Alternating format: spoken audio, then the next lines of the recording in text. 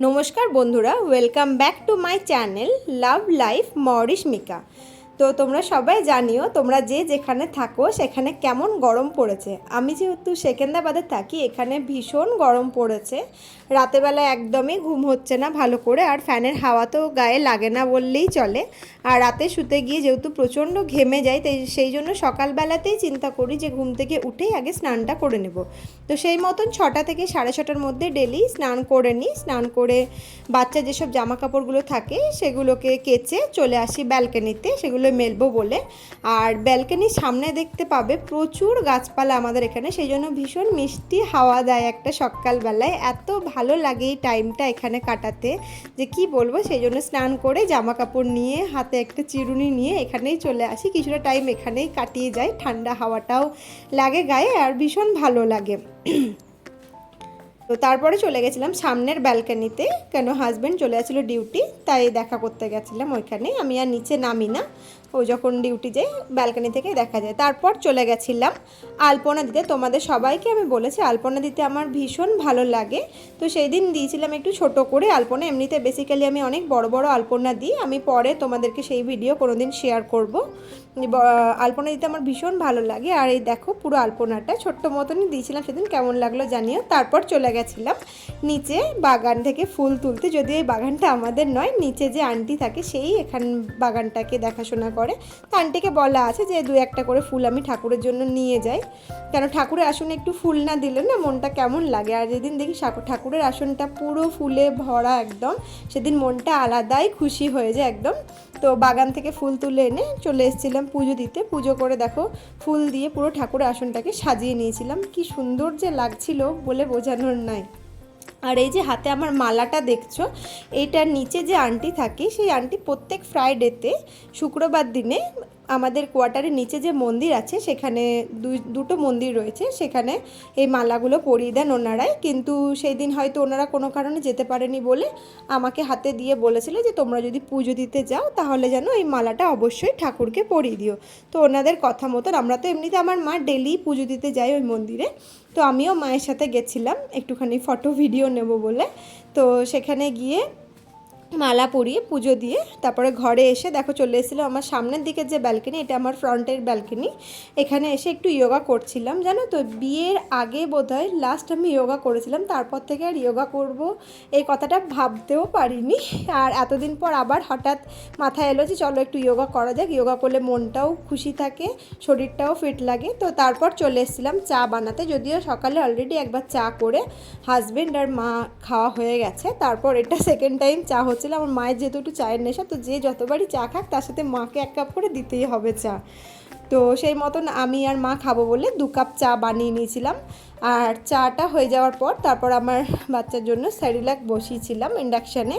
But একটা মুশকিল হয়ে গেছিলো, সেই সময় কারেন্ট অফ হয়ে গেছিলো, জানি না কেন। গরমকালে প্রচণ্ড লোডশেডিং হচ্ছে এখানে।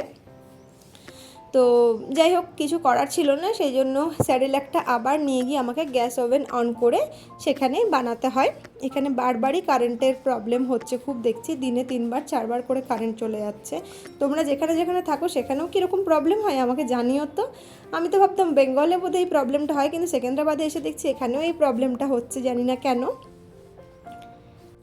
তো তারপর চাটা ছেঁকে নিয়ে কাপে করে আবার চলে গেছিলাম আমার ব্যাক সাইডের ওই ব্যালকনিতে, যেখানে আমি তোমাদেরকেও আগেই বললাম যে বসে থাকতে ভীষণ ভালো লাগে। আর সকালে তার সাথে একটা মিষ্টি হাওয়া যেন প্রকৃতির সাথে মিশে যায় মনটা একদম, এত ভালো লাগে যে বলার নেই। আর এই যে মহারানী আমার উঠে গেছেন ঘুম থেকে আর চলেও এসছে। আর ও এখন একটু একটু কথা বলতে শিখেছে। চায়ের কাপটা আমার হাতে দেখলেই বলে চা চা, মানে ও চা খেতে চায়, বিস্কুট খেতে চায়। ওর নিজের খাবারে একটুও ইন্টারেস্ট নেই, ও আমরা যা খাই সেগুলোতে ভীষণ ইন্টারেস্ট। আর তার সাথে আমার সাথে একটুখানি দুষ্টুমি চলছিল, একটুখানি আমার চুল ধরে টানাটানি করে, এগুলোই ওর একটু মজা। এইভাবেই খেলা করে, ঘরে তো আর কাউকে সেভাবে পায় না, মা আমি আর বাবা তো সারাদিন ডিউটিতে থাকে। আর এই যে সামনেখানে তুলসী গাছটা দেখছো, জানি না এটা কতদিন টিকিয়ে রাখতে পারবো, কেন ওই ছোট্ট পাঁচিলটা এখন টপকাতে শিখে গেছে আর টপকে শুধু চেষ্টা করে যে গাছটাকে ভেঙে দেওয়ার। তো ভগবান করুক গাছটা ঠিকঠাক সুস্থভাবে থাক। ও ইচ্ছা করে তো করে না জানি, ও ভীষণ ছোট, বুঝতে পারে না, ওর কাছে ওটা মজার, তো আমাদেরকে ওটা একটু দেখে দেখে রাখতে হয়।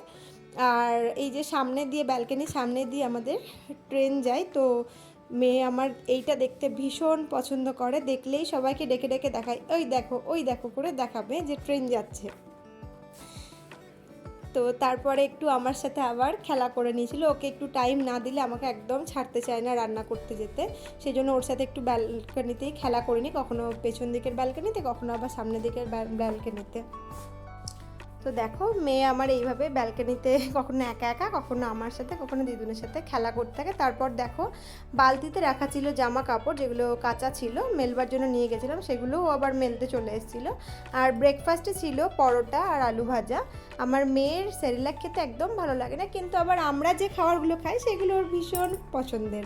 তো ও একটু একটু আমাদের থেকে তুলে তুলে খেয়ে নেয়, আলু ভাজা, কখনো পরোটা, এসবগুলো ছিঁড়ে ছিঁড়ে খেয়ে নেয়। দিতে তো চাই না, কিন্তু কি করব বলো, সামনে বসে খায়, একটু একটু নিয়েও নেয়, কিছু করার নেই। তো এই ব্লগগুলো দেখতে তোমাদের কেমন লাগছে প্লিজ জানিও কিন্তু। হ্যাঁ, আমার মেয়ের দুষ্টু মিষ্টি ভিডিওগুলো আমি তোমাদের সামনে তুলে ধরছি, কেমন লাগছে প্লিজ জানিও। আর এই একটা পার্সেল চলে এসেছিলো ফ্লিপকার্ট থেকে, এটার ভিডিও আমি তোমাদেরকে পরে দেবো। আর এই যে তোমাদেরকে ঠাকুর পুজো দেওয়ার সময় যে মালাটা দেখেছিলাম না, সেই মালাটা এই কোয়ার্টারের নিচে আমাদের দুটো মন্দির আছে, সেই মন্দিরে গিয়েই আমরা পুজো দিয়ে পরিয়ে দিয়েছিলাম ঠাকুরকে। তো সেটার ভিডিও আমি পরে দেবো, কারণ এই ভিডিওগুলো একসাথে করতে গেলে না অনেক বড় হয়ে যাবে ব্লগটা, সেই কারণে আমি ওইটার আলাদা করে ব্লগ বানিয়েছি। পুরো মন্দিরের পুজো দেওয়ার, চারিদিকটা মন্দিরের সব কিছুই বানিয়েছি ব্লগে, সেটা আলাদা করে আমি একটা ব্লগ দেব। আর এই দেখো ঠাকুরের একটুখানি ক্লিপ তোমাদের সাথে শেয়ার করলাম, কেমন লাগলো জানিও। তারপর চলে এসেছিলাম আবার ব্যালকনিতে আমার মেয়েকে স্নান করাতে। তো স্নান করতেও ভীষণ ভালোবাসে। আর তারপরে আর ব্লগ করা হয়নি, দুপুরবেলায় খাওয়া দাওয়া করে শুয়ে পড়েছিলাম। আর রাতের বেলায় চলে গেছিলাম একটু বিরিয়ানি খেতে, কারণ সেদিনকে বিকালবেলায় বৃষ্টি হয়েছিল, আর বৃষ্টি হলেই মনটা একটু বিরিয়ানি করে, গরম যেহেতু ছিল না, গরম হলে বিরিয়ানি খুব একটা খাই না। তো চলে গেছিলাম বাবুর্চি বিরিয়ানিতে। যারা হায়দ্রাবাদ বা সেকেন্দ্রাবাদে থাকো তারা জানো বাবুর্চি বিরিয়ানি এখানে ভীষণ ফেমাস একটা বিরিয়ানির দোকান, দারুণ টেস্ট এখানকার বিরিয়ানি। যদিও এই বাবুর্চি বিরিয়ানি নিয়ে আমি একটা ভিডিও বানিয়েছি, যেটা আমি পরে পোস্ট করব, সমস্ত কিছু ইনফরমেশান থাকবে তার মধ্যে। আর তারপরে বিরিয়ানি কিনে আনার সময় ঢুকে গেছিলাম সবজির মার্কেটে, আর লাকিলি সেদিন আমি পটল পেয়ে গেছিলাম। পটলগুলোর কন্ডিশন খুব একটা ভালো ছিল না, তবুও যাই পেয়েছি কিনা কেন নিয়ে চলে এসেছিলাম, কারণ এখানে পটল পাওয়া ভীষণ ভাগ্যের ব্যাপার এরকম আর কি। তো পটল নিয়ে আসার সময় দেখো একটু মেট্রো যাচ্ছিলো, সেটাও আবার ভিডিওতে নিয়ে নিয়েছিলাম। তো এসে একটু রায়তা বানিয়ে নিয়েছিলাম, রায়তার মধ্যে দিয়েছিলাম 2 প্যাকেট টক দই, একটু নুন, চিনি আর একটু ধনে জিরে গুঁড়ো ড্রাই রোস্ট করে পাউডার বানিয়ে ওর মধ্যে দিয়েছিলাম। বিরিয়ানি খেতে গেলে রায়তা আমার চাই, খুব ভালো লাগে। আর ঘরের মধ্যে মা একটু ডিম আর আলু সেদ্ধ করে দিয়েছিলো, যেহেতু এখানে বিরিয়ানিতে ডিম আলু কিছুই দেয় না, সেই জন্য আমরা সেগুলো ঘরেই বানিয়ে নিই, কারণ আলু ছাড়া ডিম ছাড়া বিরিয়ানি খেতে আমি পারি না একদম। আর সেই যে পটলগুলো দেখলে নিয়ে এসেছিলাম বাজার থেকে, সেগুলোর কন্ডিশন যেহেতু একদম খারাপ ছিল, তাই চেষ্টা করছিলাম রাতের বেলাতেই না সেগুলোকে কেটে ধুয়ে পরিষ্কার করে রাখতে, তাতে করে কি হবে না পরের দিনেও আমার হেল্প হয়ে যাবে, একটু সকালবেলায় তাড়াতাড়ি রান্না হয়ে যাবে। আর সবথেকে বড় জিনিস যেটা, যে পটলের কন্ডিশন যেহেতু খারাপ ছিল, সেই জন্য পরের দিন যদি আমি এগুলোকে কাটতে যেতাম বা রান্না করতে যেতাম, তাহলে সেগুলো একদম পেকে যেত, যেটা আর খাওয়ার মতন থাকতো না। এমনিতেও আমার হাজব্যান্ড পটল পেকে গেলে আর খেতে চায় না, সেগুলো ফেলে দিতেই বলে। আর দেখো আমার এই কাজে রাত 11টা তখন বেজে গেছিলো, তবুও আমার মেয়ে আমাকে হেল্প করতে এসেছিলো। আমার মেয়ে না খুব কাজের, জানো তো, যতই রাত হোক না কেন মাকে ঠিক হেল্প করতে চলে আসবে। ওর হেল্প করা মানে পটলগুলো ছিটিয়ে দিচ্ছিলো চারিদিকে, আবার প্লাস্টিকের ভিতর খোসা আমি ভরে রাখছিলাম, তার মধ্যে আবার গোটা পটল, কাটা পটল দিয়ে দিচ্ছিলো। আবার দেখো লাস্টে আমার সব থালা থেকে কাটা পটলগুলো ফেলে নিজেই থালার মধ্যে চেপে গিয়ে বসে রয়েছে। তো এইসব দুষ্টু মিষ্টি ভিডিও কেমন লাগছে তোমাদের প্লিজ জানিও কিন্তু, ঠিক আছে।